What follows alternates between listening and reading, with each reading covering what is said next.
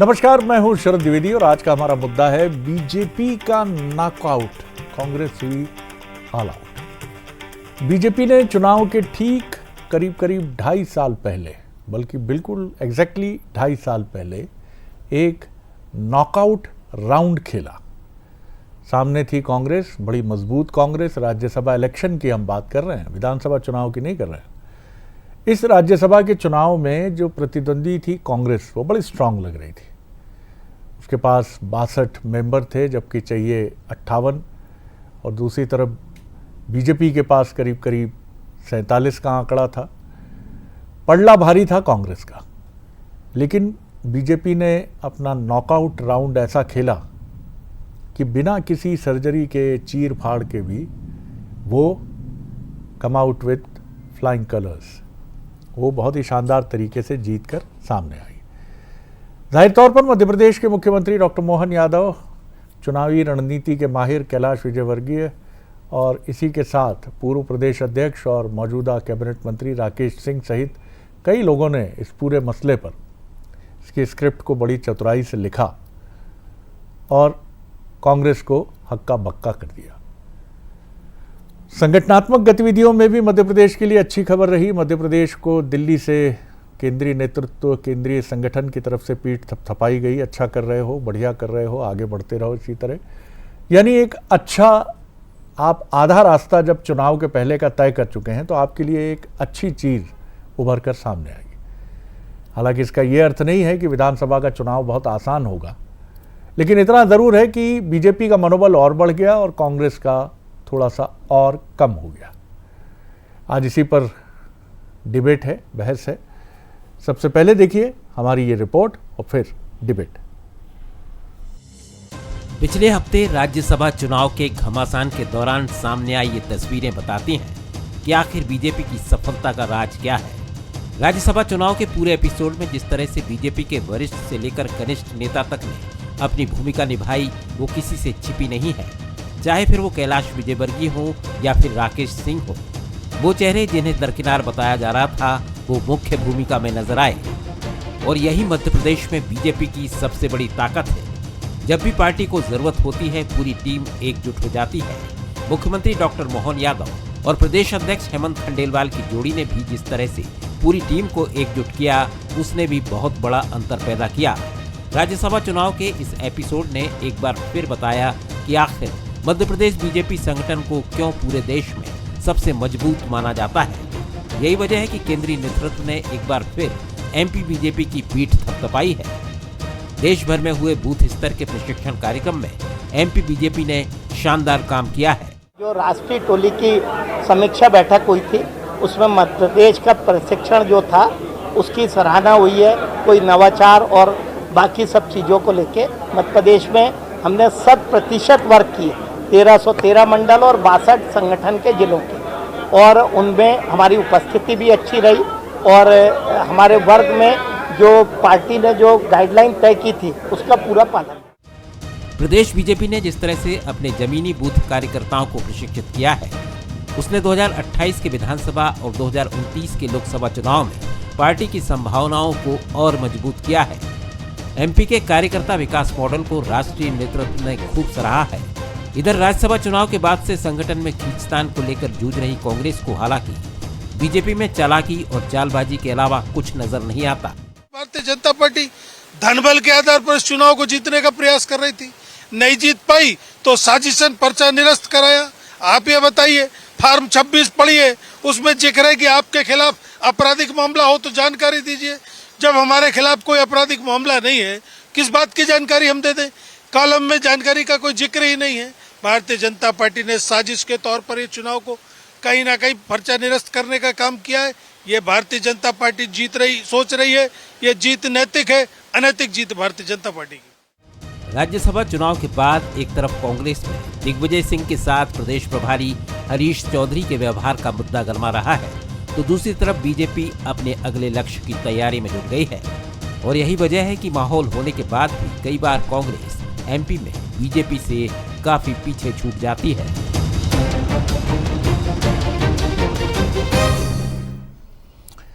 चलिए, तो पहले हमारे सवाल देखिए। राज्यसभा में मिली सफलता ने मध्य प्रदेश बीजेपी का कद और बढ़ा दिया है। मुख्यमंत्री डॉक्टर मोहन यादव और प्रदेश अध्यक्ष हेमंत खंडेलवाल के तालमेल ने बीजेपी को और मजबूत किया है। संगठन के स्तर पर कांग्रेस को बीजेपी से सीख लेने की जरूरत है। ये सब सवाल हैं सर, ये मत समझिएगा कि हमारी राय है। हम तो ये सवाल रख रहे हैं सामने, जो डिबेट में भी किसी न किसी रूप में परिलक्षित होंगे। जो मेहमान हमारे साथ हैं उनसे मिलिए। हमारे साथ हैं Yashpal Singh Sisodia, senior BJP leader, पूर्व विधायक। पूरा नोट कर लिया होगा उन्होंने, पैकेज ने क्या कहा, शरद जी का उद्घाटन का वक्तव्य क्या था। ये एक पत्रकार की तीक्ष्ण दृष्टि है। ये पूरी चीज़ अभी देखिएगा आप, रिफ्लेक्ट होगी कि शरद जी ने ऐसा कहा, पैकेज ने ये कहा। तो मतलब वो देखिए पत्रकार क्या करता है, सबसे पहली बात है उन्होंने कहा कि, मैंने कुछ नहीं कहा साहब, उन्होंने कहा। ये तो मेरा कोई राय नहीं है, तो आप ही कह रहे हैं शरद जी, ये तो आपका पैकेज ही कह रहा है। उमेश त्रिपाठी जी हैं, कांग्रेस के सीनियर लीडर हैं, धीर गंभीर हैं और कानूनी दृष्टि से भी बड़े मजबूत हैं, सबल हैं। आनंद आता है उनके साथ भी, उनका भी बहुत स्वागत है। और बहुत दिनों के बाद हमारे प्रिय साथी हर्षवर्धन जी, हमारी ही बिरादरी से और बहुत ही संभावनाशील लेखक, कवि और समसामयिक घटनाओं को लेकर बहुत संवेदी। ये बहुत महत्वपूर्ण बात है, क्योंकि एक पत्रकार, कई बार ये कहा जाता है कि वो अपनी संवेदना बड़ी जल्दी खो देता है, क्योंकि खबरें छीन लेती हैं, बहुत निर्मम होती हैं खबरें साहब। नाना प्रकार की खबरें आती हैं और उसकी संवेदना पर सबसे पहले सबसे बड़ा हमला करती हैं। हर्षवर्धन जी, जिस तरह से मध्य प्रदेश में नॉकआउट राउंड हुआ राज्यसभा का, और बीजेपी का एक ही पंच कांग्रेस पर इतना भारी पड़ा कि वो क्या कागज हाथ लगा कि वो तो माइक टायसन का पंच था, कि कांग्रेस सीधे नीचे गिरी रिंग में और उसके बाद उठ ही नहीं पाई। तमाम कोशिशें अब भी जारी हैं, लेकिन होता है ये भी। मैं नहीं कहूँगा कि इसका, हमने कहा भी शुरू में कि इसका ये मतलब नहीं है कि आगे कांग्रेस के लिए बड़ी चुनौतियां हैं, लेकिन फिर भी इसने प्रदेश नेतृत्व का हौसला बढ़ाया, संगठन का हौसला बढ़ाया, और ठीक 2.5 साल बचे हैं चुनाव में। तो आधे रास्ते तय करने के बाद ये एक उम्मीद और एक साहस और एक कॉन्फिडेंस बीजेपी को फिर मिल गया है। कैसे देखते हैं आप इसे? जी, आपने जिक्र किया संवेदना का, और ये वक्त है कांग्रेस के लिए वेदना का, कि कैसे एक सुरक्षित सीट उनके हाथ में थी और भाजपा ने इतना एग्रेसिवली खेल के उसको जीत लिया। अब कानूनी तौर पे कौन सही है कौन गलत है, इस पे हम चर्चा नहीं कर रहे हैं, इसका फैसला कोर्ट करेगा। हम बात कर रहे हैं राजनीति की। शरद जी, ये तो हमको मानना पड़ेगा, आप इतने वरिष्ठ पत्रकार हैं, आपने कई उतार चढ़ाव देखे राजनीति के। अब राज्यसभा चुनाव बरसों पुराने राज्यसभा चुनाव की तरह कतई नहीं रह गए हैं। अब राजनीतिक दलों को यह मानना पड़ेगा कि एक एक सीट बहुत महत्वपूर्ण है। बीजेपी ने जो दांव खेला उस पे कानूनी बहस हो सकती है, कोर्ट में मामला लंबित है, जो होगा हमारे सामने होगा। लेकिन क्या कांग्रेस ने अपनी इंदौर की गलती से कोई सबक नहीं सीखा? जब उनका इंदौर का कांग्रेस का उम्मीदवार ऐन वक्त में पाला बदल के भाजपा के पास चले जाता है, कोई डमी कैंडिडेट नहीं होता है, कोई आपने सबक नहीं सीखा? कैसे एक हाथ आई सीट को आपने गंवा दिया? वहीं सवाल ये भी उठता है कि क्या कानूनी स्थितियां भविष्य में बदलेंगी? कोई कोर्ट अगर आपको नोटिस या समन करता है, उसका संज्ञान किस तरीके से लेता है कि नोटिस किया, समन किया, क्या उसको भी आपको अपने हलफनामे में देना होगा? तो ऐसे में तो जो राजनेता हैं उनके खिलाफ कितने ही मामले होंगे। शायद अगर ऐसा हो भविष्य में लोकसभा चुनाव में, विधानसभा चुनाव में, तो मतदाताओं के पास उनको परखने का एक मौका भी मिलेगा। बहरहाल ये नजीर कितनी दूर जाएगी, इसका फैसला कोर्ट करेगा। बिल्कुल आपने सही कहा। पुरानी हिंदी फिल्मों में हर्षवर्धन जी, हम सभी को याद होगा, त्रिपाठी जी और सिसोदिया जी, कि हीरोइन का जो अमीर बाप होता था वो गरीब हीरो के सामने एक ब्लैंक चेक रखता था, कहता था तुम मोहब्बत के नाम पर मेरी बेटी के साथ जो खिलवाड़ कर रहे हो, कीमत लगा लो अपनी बेटी की, ये ब्लैंक चेक तुम्हारे सामने है। और वो हीरो पर्याप्त फुटेज खाते हुए कहता था, खन्ना साहब मेरी मोहब्बत बिकाऊ नहीं है, ये चेक अपने पास रखिए। लेकिन अब तो ऐसे चेक आते हैं तो कब कहाँ लपक लिए जाते हैं पता ही नहीं चलता। और इस समय तो चर्चा ये भी है कि उद्धव ठाकरे अपने सांसद बचाते हुए घूम रहे हैं। आपने बिल्कुल ठीक कहा। चर्चा ऐसी भी है कि डीलिमिटेशन बिल के लिए सांसदों की आवश्यकता है और बीजेपी एक मुहिम के तहत इस अभियान में लगी है, तो बात सही है।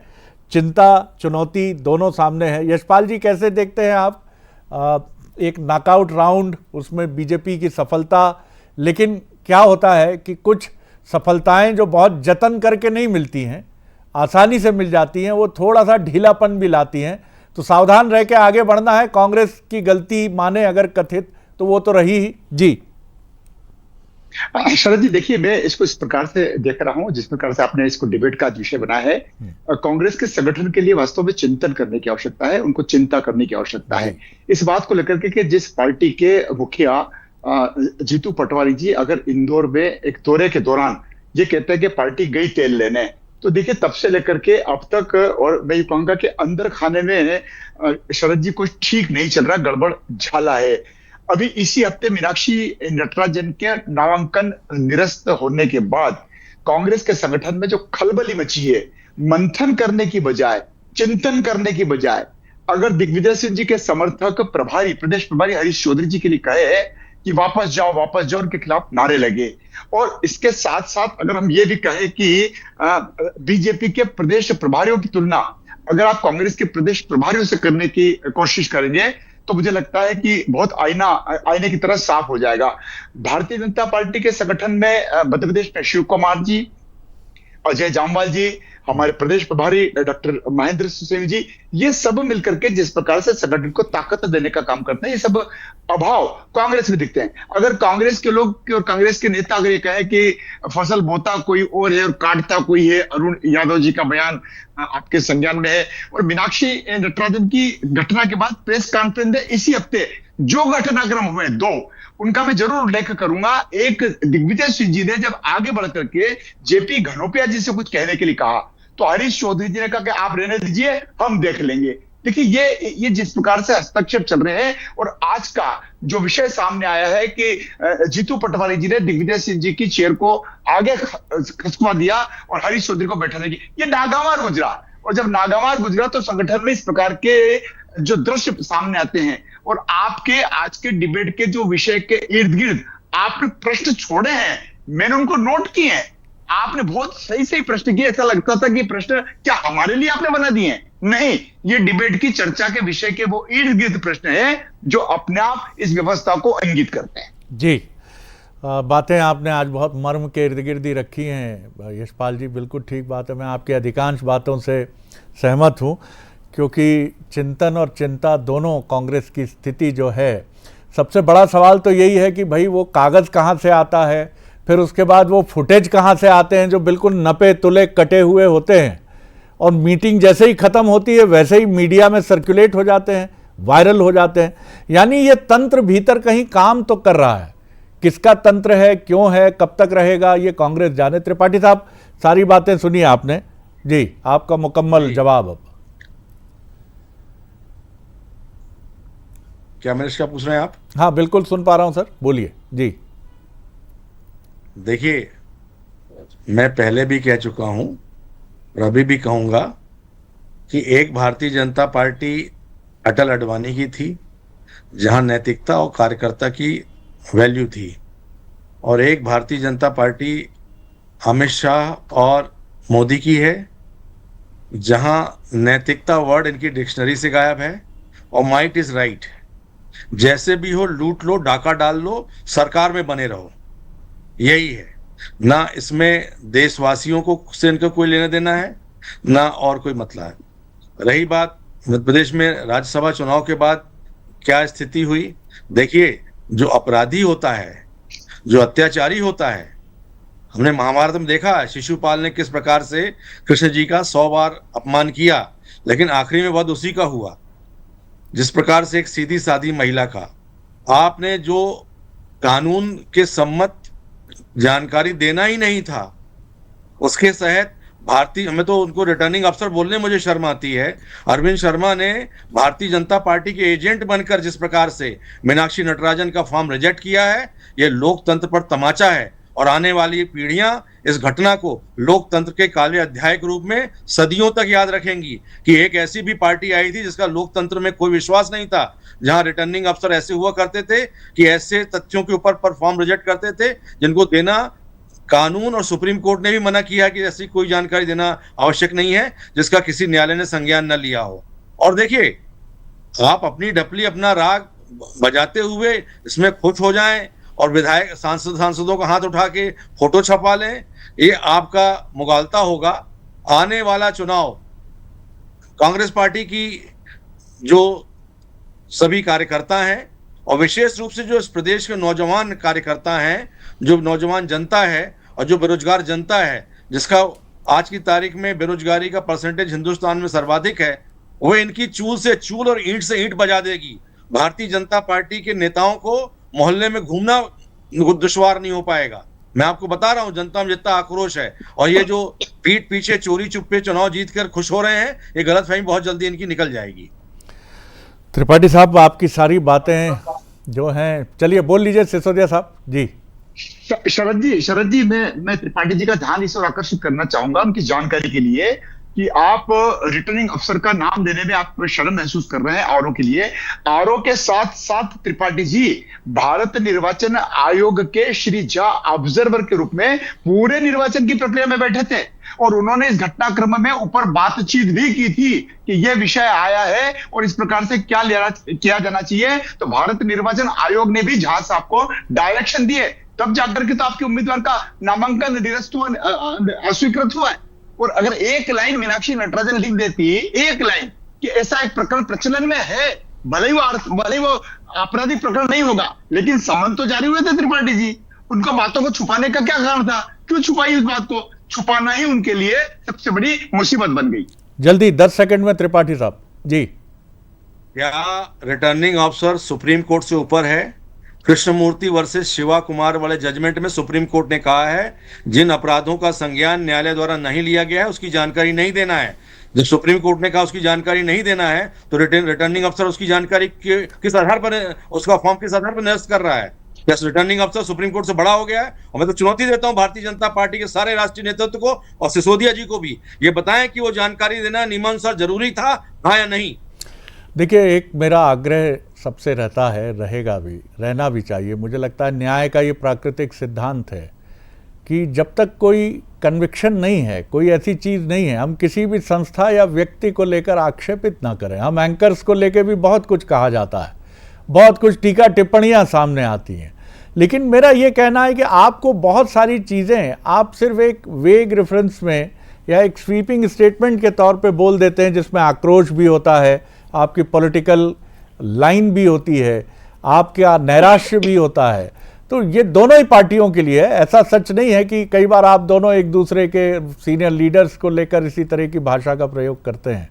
मैं समझता हूं कि ये चीज़ें, लेकिन आपके पास रास्ते बंद नहीं है। अगर इस देश में कभी कुछ हुआ है तो प्रधानमंत्री तक के विरुद्ध टिप्पणी आई है, ऐसा नहीं है। हम दुनिया के बड़े लोकतांत्रिक देश है, इतनी नाउम्मीदी की बात नहीं है, और लोकतंत्र में कुछ भी न छिपता है न छिपाया जा सकता है। हर्षवर्धन जी, आपने सुना अब तक का निष्कर्ष दोनों ही हमारे राजनीतिक मेहमानों का। पहले तो एक उस पर टिप्पणी और आगे की दशा और दिशा जो कांग्रेस के लिए बहुत जरूरी है, उस पर भी एक राय व्यक्त करिएगा अपनी। देखिए, विधानसभा चुनाव की उल्टी गिनती एक लिहाज से शुरू हो गई है और अगर भाजपा ने तीनों सीटें राज्यसभा की जीत ली हैं तो अब एक ये बड़ी पॉलिटिकल मैसेजिंग भी बीजेपी की ओर से हो गई है, उसको एज मिल गई है। और जहां तक कांग्रेस का सवाल है, कांग्रेस के सामने एक क्रॉस वोटिंग का खतरा भी था और कांग्रेस ने कोशिश की कि वो अपने विधायकों को राज्य से बाहर ले जाए, कर्नाटक ले जाए, लेकिन वो चीजें मुमकिन हो नहीं पाई क्योंकि पहले ही बदल गए हालात। अब सवाल ये उठता है कि ये जो झटका मिला है कांग्रेस को, कांग्रेस इससे उबरने के लिए क्या करती है? क्या मीनाक्षी नटराजन के पास एक ऐतिहासिक मौका है मध्य प्रदेश में अपने को एक बड़े नेता के रूप में स्थापित करने का? शरद जी, हमने देखा है कि लोगों ने अपनी हार को भी अपने ब्रह्मास्त्र के रूप में इस्तेमाल किया है। वो पुरानी नेत्री हैं, विदुषी मानी जाती हैं और राहुल गांधी की नजदीकी भी कही जाती हैं, बुनियादी मुद्दों पे काम करती हैं, गांधीवादी विचारक कही जाती हैं, तो अब क्या कांग्रेस मीनाक्षी नटराजन को आगे करके जो महिलाओं का मुद्दा है उसको उठाएगी, क्या पॉलिटिकली इसका इस्तेमाल करेगी? और मीनाक्षी नटराजन जो कि मध्य प्रदेश की राजनीति में इससे पहले उतनी सक्रिय नहीं थी, उनको भी इतिहास ने मौका दिया है। हम देखेंगे क्या होगा। एक चीज़ और माफ़ कीजिएगा, इसको किसी और अर्थ में मत लीजिएगा, हर्षवर्धन जी, सिसोदिया जी, उमेश जी, ये भी हर पॉलिटिकल पार्टी के लिए, हमने बीजेपी के विधायकों को भी रिसोर्ट में रुकते देखा है, कांग्रेस के विधायकों को भी देखा है। इतना डर क्यों साहब? मतलब ये क्या कोई गर्व की बात है कि एक पार्टी कह रही है हम अपने विधायकों को शिफ्ट कर रहे हैं रिसोर्ट में? क्यों कर रहे हैं रिसोर्ट में शिफ्ट? दूल्हा बिकता है बोलो खरीदोगे, सांसद बिकता है बोलो खरीदोगे, विधायक बिकता है बोलो खरीदोगे। मतलब हम नैतिकता की बात कर रहे हैं, लेकिन पॉलिटिकल पार्टीज खुद ले जाती हैं कि नहीं साहब हमें डर है कि ये भैया हमारे जो है ना, इनका मन बदल जाएगा। यशपाल जी एक चाहें तो इस पर थोड़ी टिप्पणी। नहीं शरद जी, मन बदलने की बात नहीं। भारतीय जनता पार्टी की, जहां तक मैं कहूंगा, हमारे संगठन में हमारी एक परंपरा भी रही कि जिस प्रकार से संगठित भाव से, संगठित रूप से अगर किन्हीं हमारे साथियों को जो निर्वाचित हुए, फिर चाहे वो नगर पालिका, नगर निगम ही क्यों ना हो, उनको एक साथ इस प्रकार से ले जाने का, ताकि समन्वय के साथ। कई बार शरद जी ऐसा होता है कि निचले भी चुनाव होते हैं, उन निचले चुनाव में भी जिस प्रकार से प्रतिनिधि चुनकर के आ जाते हैं और वो कहीं किसी प्रकार की गलती ना कर दे, इसलिए उनको प्रशिक्षण के रूप में भी हम लोग समझाने का उसकी बात नहीं कर रहा मैं। जब सरकार, जब बहुमत बहुत कम होता है, तब उस संदर्भ की बात मैं कर रहा हूं, ऐसी नहीं। और आपके यहाँ तो हमने ये भी, मैं आपकी थोड़ी सी तारीफ भी कर देता हूं, जब 2005 में स्थितियां बड़ी जटिल थी तो आपके विधायक कहीं नहीं ले जाए गए थे।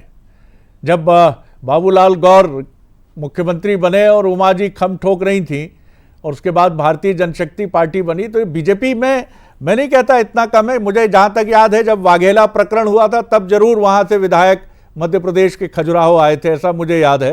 आप और गंभीर विद्यार्थी राजनीति शास्त्र के, त्रिपाठी साहब संभाल के आपको अपने को रखना पड़ेगा। ऐसा नहीं है, आप जो बात कहते हैं हम लोग उससे सहमत हैं कि बीजेपी में मत भिन्नता है, जिसको फूट भी कह सकते हैं, लेकिन वो फूट कभी भी बीजेपी के लिए आत्मघाती नहीं होती। नेताओं में अबोलापन भी हो जाता है, वो एक दूसरे को पसंद नापसंद भी करते होंगे, इससे भी हम इनकार नहीं कर रहे हैं, लेकिन ये बीजेपी के लिए आत्मघाती नहीं होता और ना वो सार्वजनिक रूप से टीका टिप्पणी करते हैं। मैं नहीं कहता कि कांग्रेस ये सब कर रही है तो ये उसके चरित्र या स्वभाव का हिस्सा है, लेकिन आपको कुछ चीजें तो बदलनी चाहिए। देखिए, कांग्रेस इस देश सबसे पुरानी पार्टी है जिसने पूरे देश को लोकतंत्र सिखाया, तो हमारी तो शिक्षा और ज्ञान पर्याप्त है लोकतंत्र के मामले में। रही बात भारतीय जनता पार्टी, तो भारतीय जनता पार्टी से कोई शिक्षा प्राप्त नहीं करनी है, क्योंकि इनके शब्दकोश में नैतिकता और लोकतंत्र दो शब्द नहीं भारतीय जनता पार्टी के पास। आज जिस प्रकार से टीएमसी का बेहाल भारतीय जनता पार्टी ने किया है और उसके बाद ये नैतिकता की दुहाई दें, तो ये इनके लिए शोभा नहीं देता है। लेकिन जहां तक रही बात मध्य प्रदेश कांग्रेस की, मध्य प्रदेश कांग्रेस जो है 90 के दौर में पटवा जी की सरकार थी और इनको बड़ा गुमान था मध्य प्रदेश के भाजपाइयों को, कुशाभाऊ ठाकरे और पटवा जी, कैलाश जी और प्यारेलाल खंडेलवाल और सकलेचा जी के नेतृत्व में, कि मध्य प्रदेश की जो भाजपा है वो देश के जनसंघ का और भाजपा का प्रशिक्षण का केंद्र है और इसका मदर लिकर है। और उस समय के तत्कालीन नेताओं ने इनकी चूल से चूल बजा दी थी और सरकार इनकी 93 में चली गई थी। दिग्विजय सिंह मुख्यमंत्री बने थे भाजपा को हराकर। तो इस बार भी जो है घमंड किसी का रहता नहीं है, और जिस प्रकार से भारतीय जनता पार्टी अनैतिकता के ओर बढ़ गई है बहुत आगे तक, अब इनका भविष्य अंधकार में है और 2028 के चुनाव में यह प्रमाणित हो जाएगा। कांग्रेस पार्टी बिल्कुल सजग है और कांग्रेस पार्टी के साथ साथ प्रदेश का मतदाता इस बार तय कर लिया है कि इनको वो सबक सिखाना है कि 50 साल 20 साल तक भारतीय जनता पार्टी को नाम लेवा पानी देवा ना मिले।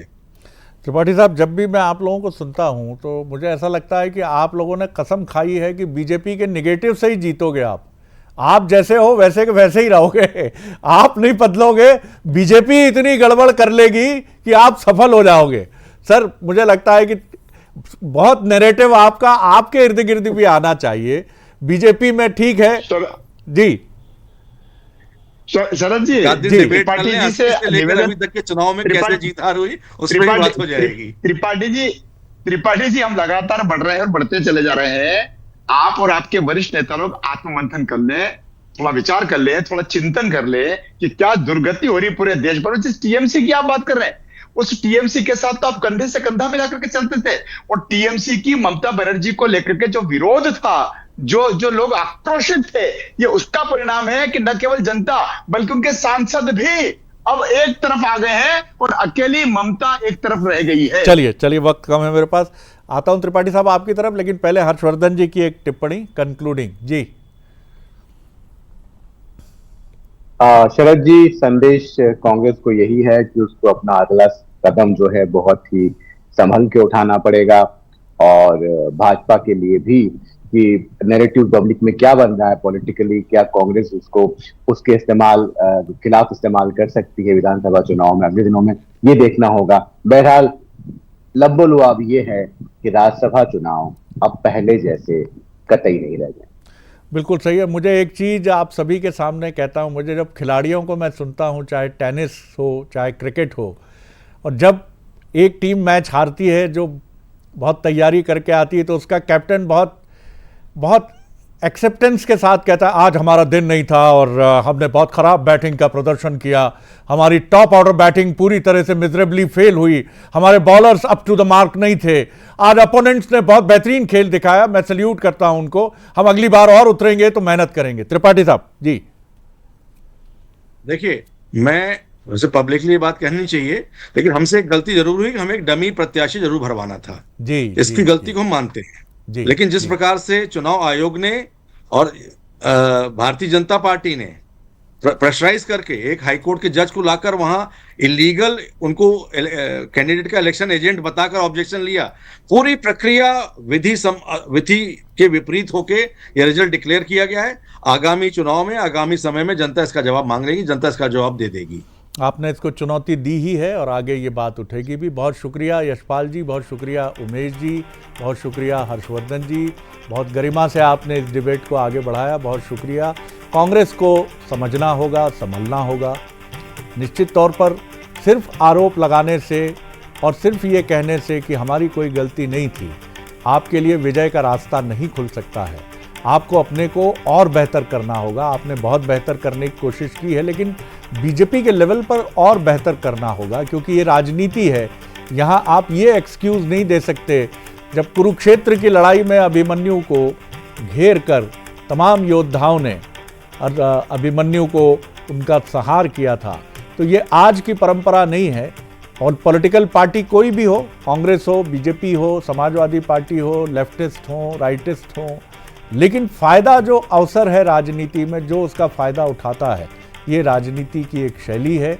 और अगर इस पर आप एतराज़ जताते हैं तो आप शायद अकेले छूट जाएंगे, एलूफ हो जाएंगे। आगे देखिए हमारा न्यूज़ बुलेटिन प्राइम नेटवर्क।